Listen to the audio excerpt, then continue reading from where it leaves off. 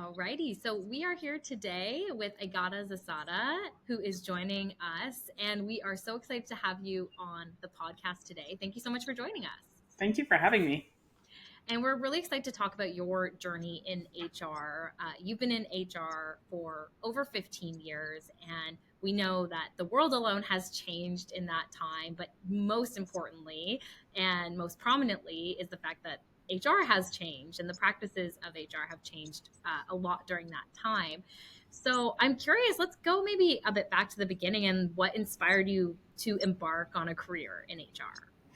Yeah, it's a funny question I get because I wish I could say I was inspired, but mostly I fell into HR. So originally I wanted to be in marketing, and I was drawn to that because of the creative process, and also there is structure, there is a playbook, but then you get to create within that. I ended up being exposed to HR and realizing that every day was not the same, and ended up doing a degree in human resources when I kind of realized, wow, there's something similar to that. I had to come back to British Columbia and take care of my dad after he had heart surgery. So I was like, I needed to do something in my evenings. I went to evening school for human resources, and that's really what brought me together into HR. And I was drawn to it in the end because it's similar to marketing. That there's a lot of creativity involved, a lot of problem solving, and you can make it fit. The role can fit you as much as you can also fit the organization.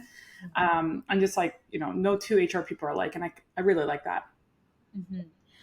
I can definitely relate to that. I was really drawn to the fact that every day is a different day. Every day you're faced with new challenges. Some days are hard, some days are really fun. And just being able to every day kind of challenge yourself and be able to learn something new, help someone, encourage people on their journey. It really is rewarding from that aspect, both personally and professionally. And over the time since you've gotten into this field, what have you seen change over that time? Yeah, I think there's quite a few changes in the last 15 years, but I kind of bucket into two things. I think the first is HR is no longer seen in some companies around compliance, like the compliance police.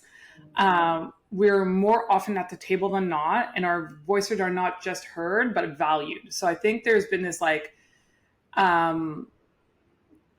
kind of big tectonic shift. About, I think it was 3 years ago, I had this stat that was like the average age of a CPO was 64. And so there's this new age of HR cohorts that are really stepping into these roles. And we didn't grow up as a compliance police, right? That's not why we became who we became. And so I think that's like one big shift. The second is culture went from this like trendy companies doing it now to everyone has to, like social media, access to information, and places like Glassdoor, you kind of can't hide anymore, right? And there's an abundance amount of choice for employees. So organizations have spent a lot of time cultivating cultures compared to 15 years ago, where I think it was some did, some didn't. They kind of did it, but barely. I think that's really shifted, where like culture now is just like a requirement of every organization. Yeah, I like what you said there about cultivating culture, because I was actually just speaking to someone about this the other day, and their belief was that we don't actually create culture, but we curate it. And it sounds very similar to your term of cultivating it. What's your take on that? Do we create culture, or do we cultivate and curate it? Yeah, we definitely don't create culture unless you're like like a company of one and starting from the beginning. You're always cultivating. And I actually had a town hall yesterday, and we were talking about culture as a pretty big pillar of our town hall. And I said, like, culture is changing every day. Like, it's never not evolving. It's the people that come in, it's the people that get promoted, it's the people that leave, it's the decisions, attitudes, like mindset that we bring every day that actually builds culture. And it's not my job, it's not the CEO's job. Like, we're there to shepherd it and cultivate the things we want to have. But yeah, I do believe in it's a cultivating, and it's ever evolving. Like, you can't ever, even when it's great, you can't even like stop it from changing. It will always evolve. Yeah, and you also mentioned there too about accountability. We are held, companies in general are held to a much higher standard nowadays in terms of how the environment that they create for their people, how they treat their people. Yeah. What do you think has fed into this? You mentioned social media. Are there any other forces that have pushed us in this direction where employers and businesses are held accountable to the environment that they create and how they treat their people? Yeah, the forces I think are like competition is really what I think drove culture to being like important enough. And I think eventually there was enough like Harvard Business Review articles that was like good culture results in like great company performance. And I think there was enough proof in the pudding over time that between kind of fierce talent competition and then just like the companies that did it and did it well were successful, like, and so I think between those two things, it's just became, almost, at this point, I would say it's table stakes. Now there are obviously companies that are still, figuring it out. But I think that, yeah, the access to information, I don't even want to say social media, but the access to information now is just so high compared to 15 years ago, where like you can figure out if a company has a culture, or if they're good, or what people feel about the CEO before you even like apply for a position, right? So yeah, it's just the world has really changed when it comes to like what we are as organizations and what our culture stands for and how do we manifest it to be real, right? Mhm. Absolutely. And I'm such a fan of the toolbox mentality for HR practitioners. Like, I think that as we learn, as we grow, we add different tools to our toolbox, whether it's a process or a framework or whatnot. And we really only employ them when they make the most sense. We have to, not everything is a one size fits all Yeah. and is going to work with every organization. But do you think there are some core, I was going to say culture building, but maybe I'll say culture curating tools that you think every HR professional should be familiar with and have in their toolkit? Yeah, I think the one that I find kind of always surprises me that is lacking is actually analytics. And I know that might be like cliche because I feel like it's been around for a while. But analytics, like the analytical like toolbox competency, you don't need to be an expert. You don't even need to know how to calculate the stuff. But you need to get comfortable using measurement and analytics to be the voice or the data for what you're working on. And never strive for 100%. Like I never look for 100% completion or participation because it's just not for everything, right? Not everything I build is for everyone. And I wouldn't use that as my measure of success. And just like, and the reason I say measurement and analytics, because measurement is like, you can box it like, oh, my performance management or my health and wellness or whatever, it's a box.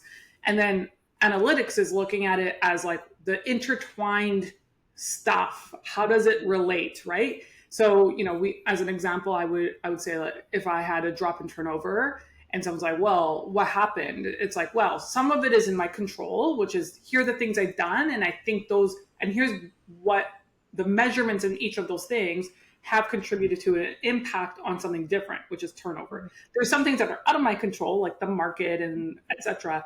And being able to explain that narrative in terms that most of the executive team understands, like they eat data for breakfast, So I think that that tool competency of analytics is just continues to need to be like cultivated ourselves, right? Like I'm always challenging myself, like when I hear it, a new HR metric, I don't know what that is. I don't know if I need it, but I'm going to read about it. Yeah.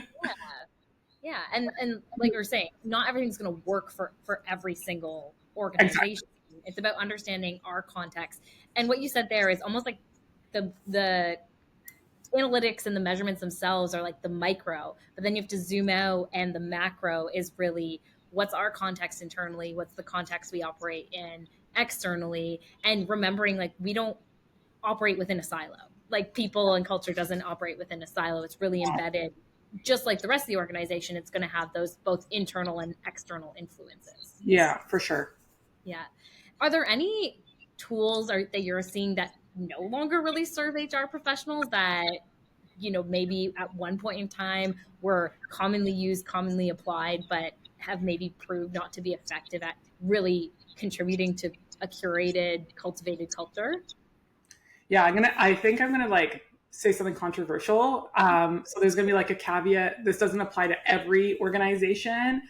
I think this compliance and legal focus, um, I think that's really picked up. Like lawyers or like employment lawyers are doing all these webinars. There's like this just huge compliance trend. It picked up 10 years ago, but it like re-picked up in COVID. And like, of course, if your organization is like needs the safety and compliance for like people safety, this is not what I'm talking about. I'm Yeah. talking about how much time I see HR professionals focus on like the bare minimum legal requirement stuff, and it's a little frustrating. Like, um, you can find that pretty quickly. You don't need to become a lawyer, and I think if you just start with like doing the right thing and then check it against legal stuff, and again, you can have a lawyer if you have one internally. You can find it pretty easily online. um, you don't really need to continue to cultivate like or build that like legal competency or that compliance competency. And if your executive team starts there, it just might not be the right place. Like honestly, if you can't start with treat people with respect and dignity and just make sure what I find is when you do that, the legal stuff tends to be super easy. Hmm.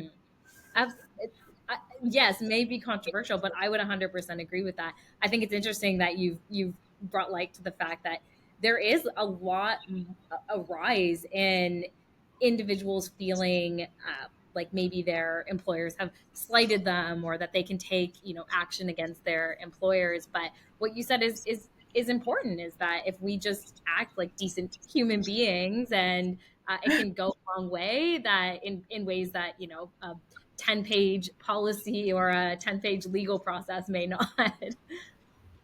Yeah, but that's a really interesting point too. And I think it leads into my next question, which is about employee experience, about how people feel that they're treated day to day in their jobs. How much, or do you believe that the employee experience is largely impacted by leaders and direct managers, or is it a function of something else? Yeah, I yes and no. I think it depends on how you build your HR strategy, right? So I talk a lot about people first. So for myself, I build my stuff for people, not managers. So a lot of HR strategies are like empower our leaders. I don't have that in mind. I don't have that anywhere, because I've made everything for all employees. Because again, I see I see employees as capable adults, and their managers are really just empowering them to do stuff. And I quite literally try to never have something that's like a manager training or manager access that's like different than employees, because they have already so much to do trying to lead people to achieve results. And I don't want the HR stuff to be another thing they need to learn and do. That's kind of my personal philosophy. Now, I understand different organizations, and I've been in different organizations where that doesn't work, right? Like retail doesn't work that way. You couldn't do that. You can't empower the employees to do a bunch of stuff when you have to, scheduling and a bunch of other things and make sure people are performing and pay is right and all that stuff. So I get that doesn't work. So making the lives for everyone better, I find it just gives the manager and leaders the ability to perform, frankly. So Yeah. while I don't believe in building it the way I just said. What I do believe to make the leaders better is actually coaching, right? Like live coaching, giving them HR partners that are really there about seeing them succeed and grow in their leadership competency, which is not a skill set. It's not a book. And then the programs around that should just be easy to inject, because it's solving the problems that leaders trying to solve anyway, right? Right. And so does the employee experience, have impact by the leader? Yes. Yes, it does. But it's not, to me, that's not where it starts or stops. Hmm. This is the first time I heard someone take that opinion on it, and it's kind of blowing my mind, to be quite honest. Is that because a lot of what we listen to, what we hear about, is like leader empowerment, leader empowerment, leader empowerment. I'm curious what made you shift your mind. Have you always thought this way, or was there something that triggered you to say, "Hey, it doesn't actually start and end with the leader. It's going a layer deeper." Yeah. I don't think I've always felt this way. I think maybe like subconsciously, I always felt like it's really weird that we treat employees like children. And like the way to not be treated like a child is to become like a manager. And then I'm like the adult of children, even though I just came out of that group myself. Like there, it always seemed a little bit weird to me because I was like, we're trying to do mega stuff, and like, yeah, I'm being treated like I'm not a capable person to like tell me the information and I'll make the better, like give me enough information, I'll probably make the right choice, right? Or strive to make the right choice or the right impact, etc. um I know where in my career that shifted was when there was just a wild amount of turnover, and the wrong people were being promoted for the wrong reasons, right? And then it's kind of like, how do we stop that from continuing to happen? How do we help the organization have really impactful people be impactful in the roles they should be in, not in management, because they don't want to be treated like children, right? And I think that was kind of the beginning of my evolution on this whole thing. I've been fortunate to work in some great organizations that had really stable leadership teams, but I also wanted employees to be like not attached to their leader, that they could have a really fruitful career in the same organization, and they can drive. Most of us, like as adults, can drive. Like, why can't we can literally use heavy machinery? Why can't I drive my own life and my career, right? And so it was this kind of evolution of thinking that I've come to, and I still believe in managers are really, really important, but I think building it from the employee base, you kind of solve bigger problems from that perspective.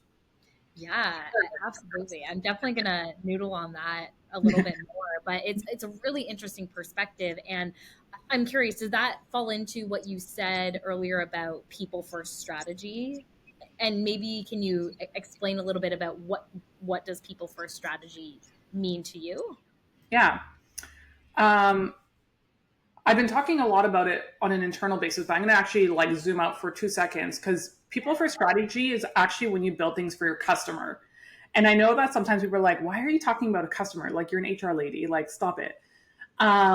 The HR stuff will come first, but come after, sorry. But people first can't be just an internal thing, or it will become synonymous with how you spend on your people. It's like, well, we're people first, so we get lunch or whatever. But when you really put your clients first, like really your customers, everything internal will snap in place, right? Internally, we also build things for our people, but we are always striving to improve their ability to deliver value to our customers, right? Because the customer is where we're trying to do the work. And by doing that, we're always going to be improving, because we know that once we improve if we know that we want something to improve for our clients, and and there's like a thing that we need to do internally, we therefore will do the hard thing that's right for our people so that they can do what's right for their people, and that's people first. It's actually thinking about it bigger than internal. It's easy actually when you think about it, again, like similar conversation we just had, is like when you think about it even further down the line, doing the right thing it ends up being, yes, it's harder work, it's foundational work, but it actually pays itself off, because you're not only taking care of your employees, but your clients as well, right? Yeah, absolutely. It sounds a bit of one of the things I like to explain of how I like to approach our culture is we want to reflect equally, like we want to reflect internally what we want to reflect externally. And I Exactly. think it aligns a bit with what you're saying there. Exactly. Yeah. Like HR strategy, I think this is where the next 15 years needs to evolve, is like, a lot of the times it's like, we're just going to care about performance and comp and all these like things that are traditionally HR, but it's like, no one lives in a vacuum. Like your home, you don't just go and just clean one room and then leave the rest in a disarray and be like, but our house is great. It's like, it doesn't matter when the rest of the house is a mess. It literally doesn't matter that one room is clean when the rest of it isn't. And so I think this is where the evolution of like HR strategy actually needs to be a reflection of your business strategy, like really push through the limits. Mhm. How do you, on the topic of strategies, how do you identify, especially if you're going into an organization that's established and maybe had previous HR leadership, Mm-hmm. how do you identify if they have the wrong strategy? How do I identify that they have the wrong strategy? This is actually probably the easiest question, but like the application of finding the answer can be hard. But the, Okay. the simple question is the company performing? Simple, simple. Yeah. If it is, it's probably pretty good. If it's not, It's probably not. And so I look at performance as a requirement for HR. If I only cared about culture and it became and culture is great, but like the company's not performing, to me that's a charity, right? I don't want to. That's not what we're up for. But if you only care about performance, it's not sustainable business, right? You'll have like dictatorship and toxic traits and all this stuff. But together, they have to work as a team. This isn't like by chance. And this is what we were talking about earlier on was, companies have to cultivate a culture, whether they want to or not. They have to. And so an HR strategy is wrong when the company's not performing. It's that simple to me. Okay. And then you mentioned the application of finding out is harder. Do you have any steps that you take or specific, or does it depend on the company of how you actually go about finding that? You can usually figure it out pretty quickly whether it's performing or not, but you may not be able to identify where it's not performing. And so, if your company has revenue targets, how are you doing against those targets? What's been the growth rate? What's been the growth rate in your industry? This is back to that first toolkit of like analytics and data, right? You have to be comfortable understanding, hey, our industry has grown by 40%, we grew by 20.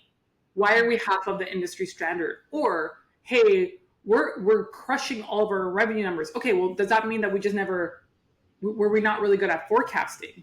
Right. We tend to be untapped. And it's just asking a ton of questions. I know I just went down like a revenue stream, but there's other stuff you can look at, like expenses, turnover, benefits claims. Like you can just collect a ton of information to figure out what's working and what's not. And what I would just say, like, if you're trying to identify what needs to change, ask a ton of questions. Like ask them far and wide, high and low, and listen to also what's not being said.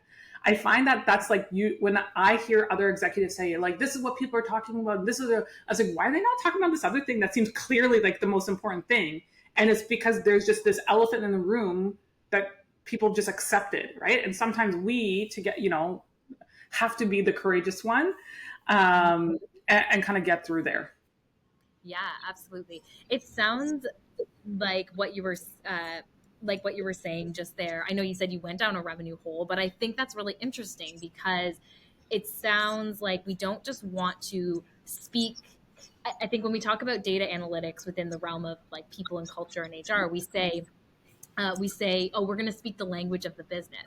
But it sounds like you went a step further, and it's not just speak the language of the business in our own specialty, Yeah. but like across the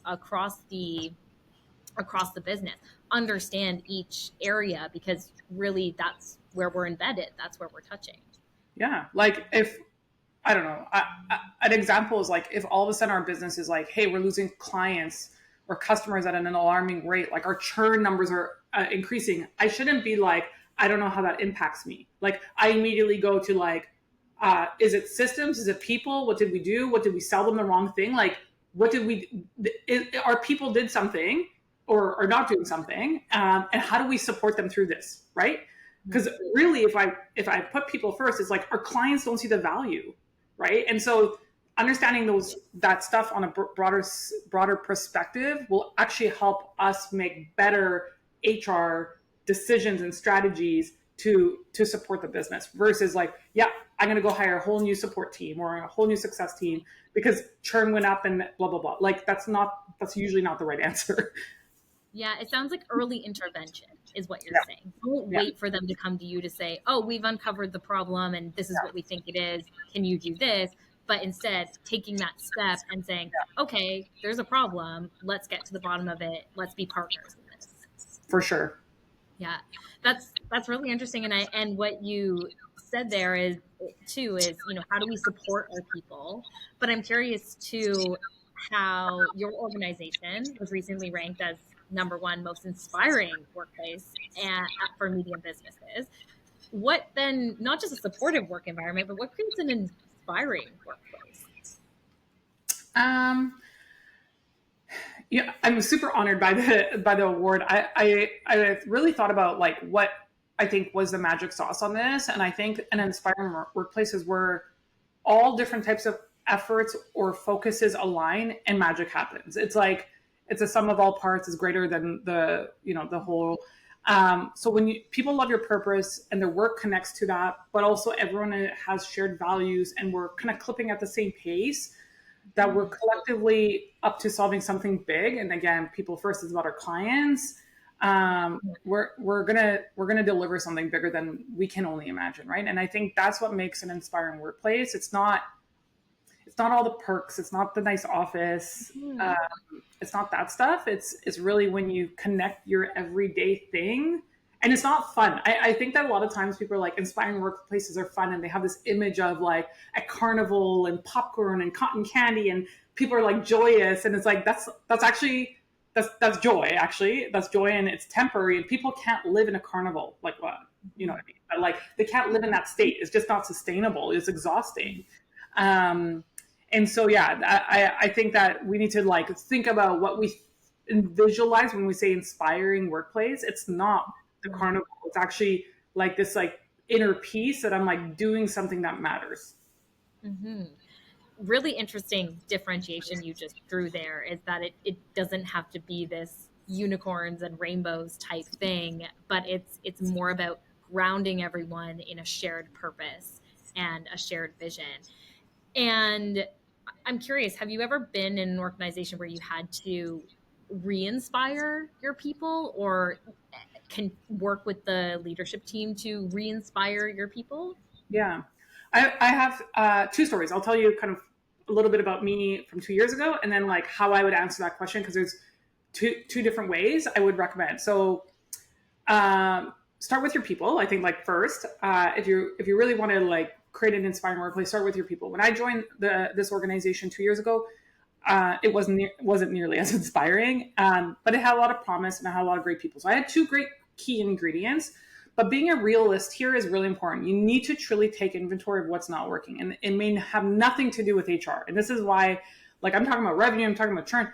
May not be anything to do in my realm, and you have to have the courage to work with various parts of the organization and make improvements so that the natural flow of the company's performance can occur. Like again, I told you the strategy is wrong if the company can't perform. So if you need to get things going so the company can perform, then you work on that. And then you start making both short-term and long-term bets, and that's what I did. And things over time or ages will improve, and you got to leverage what's already working, right? So I said we had a lot of promise, and we had a lot of great people. I leveraged them. I leveraged them so much, but I didn't ignore the bad stuff. You can't ignore the bad stuff, and you got to fix it. Now, if you have to re-inspire people, like you've been around, it's been whatever. In my opinion, I think sometimes um, we think that we need to create that like sugar high, laughing and spun around experience for people to get re-inspired, but that's just not the everyday. Inspired people honestly are ones that are emotionally connected to the purpose and see how their work contributes. So continue to shed light on that purpose, show how your purpose is alive and well. So if you've been established, you know it's working, and Yeah. show the impact on your customers or whoever that is, their lives, their businesses, whatever whatever the thing you're doing. It may not be sexy. You might be a compliance software, but it's important enough because people are spending their time in it. They think it's important enough. And bring the stories to help build off that passion. Now, I do have another controversial thing to say. Remember, people are adults. Like they have brains. So don't try to energize people with a new direction when it's just the same direction. Like I find that there's this like we've been saying the same thing forever. Let's find a new way of saying it. Like they're not dumb. If you need a true new direction, that's one thing. Say it loud and proud and get everyone knowing what it is. But if it's not, it's also okay. Like communicate. Don't forget that like repetition isn't bad. Don't assume just because like hey it hasn't changed, it's a bad thing. You can create new life with it and help people continue to connect their everyday to the purpose. Right. Yeah, that's a really interesting point about again bringing it almost full circle to what we were talking about at the beginning, which is remembering that people are adults, and if we treat them with dignity and respect, it can one keep them happy, contribute to a good experience, but also, like you just said, inspire them as well. Yeah. Do you think that the sorry, let me Yeah. pause and rephrase that. Do you think that now we're in a unique time where we, in some cases, have four generations in the workplace? We have Mm. baby boomers, Gen X, millennials, and Gen Z. Do you think different things inspire those groups, or is it all the same and reflective of what you just said? It's that work connects with purpose. Yeah, I think I always find this question a little funny. Like, it's not always the same question, but it's like generational question. What do you do? Da, da, da. It's like it's been the same from the beginning of time. Like, yes, the generations change, and that's just what happens. That's called time. The opportunities and challenges of those generations and problems are just different. And here's the thing: like, I've worked with every generation, Mhm. for me, with them. Like, when someone is aligned with the values of the organization and the purpose, and they get how their job relates, I don't find there's very much complicated there, right? There may be t- tactic issues or differences, even like styles, but there but again, like, it's not like everyone's dealing with it all the time. This is kind of like, what do we do when it's raining? It's like, use an umbrella. So I find this question always so curious, because maybe because I'm getting older, that I'm like, I don't get it. I know there are definitely differences, but I think that when you really think about, back to the inspiring places, like, have a clear purpose, showcase what that is, and connect what people are doing to that purpose. I don't think it matters what generation that is. Right. It sounds like, again, you're saying people are people, and doesn't matter what age, where they're working. It really sounds like it boils down to a simple set of principles that we can all employ regardless of the context. Now, obviously there's complexities, but Yeah, and with that toolkit, are there basic principles that we can follow? for sure. Yeah. Yeah. Awesome. So we've come to the end of our interview, which means we actually are coming to our lightning round, which is a series of three questions. Hey. And you can answer them in like one word, one sentence. I've had, if you want to, sorry, I'm losing my words today. So you can answer it in one word, one sentence, or if you do have an anecdote to add, feel free. We don't have to keep it super lightning, Okay. but whatever you're feeling. Okay. Yep. Sounds good. Are you ready to start the lightning round? I am ready. Perfect. Okay. Question number one: what is the number one thing that you think HR leaders need to transform their thinking on?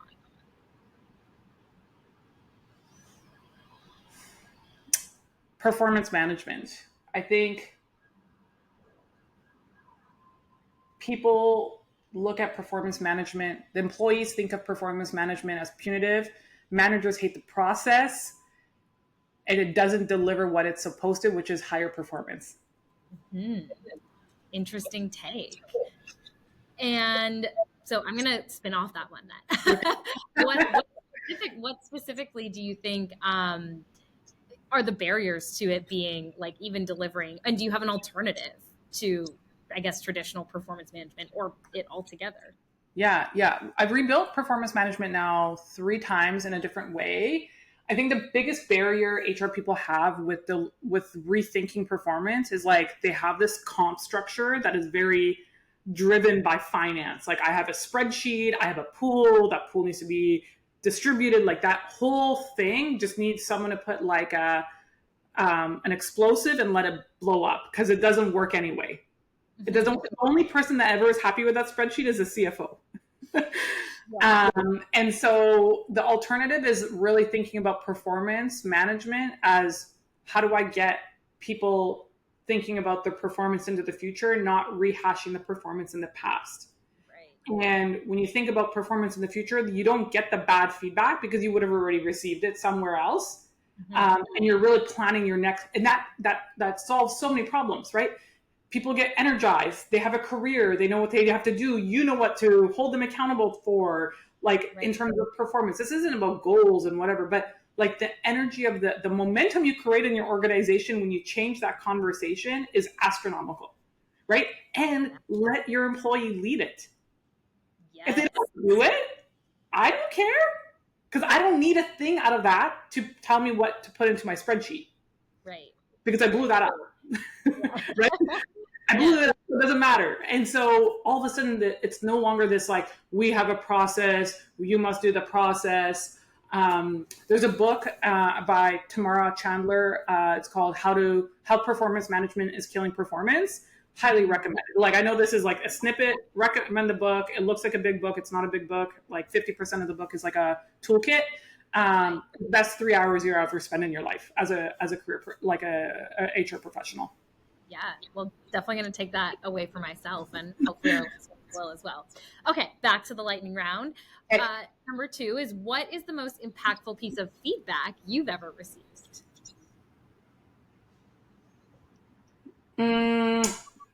Yeah, I think the most impactful feedback is, don't assume people can jump at the pace of my thinking, and bring people along the journey, even if it seems obvious. And it's not because I'm smart or fast thinker.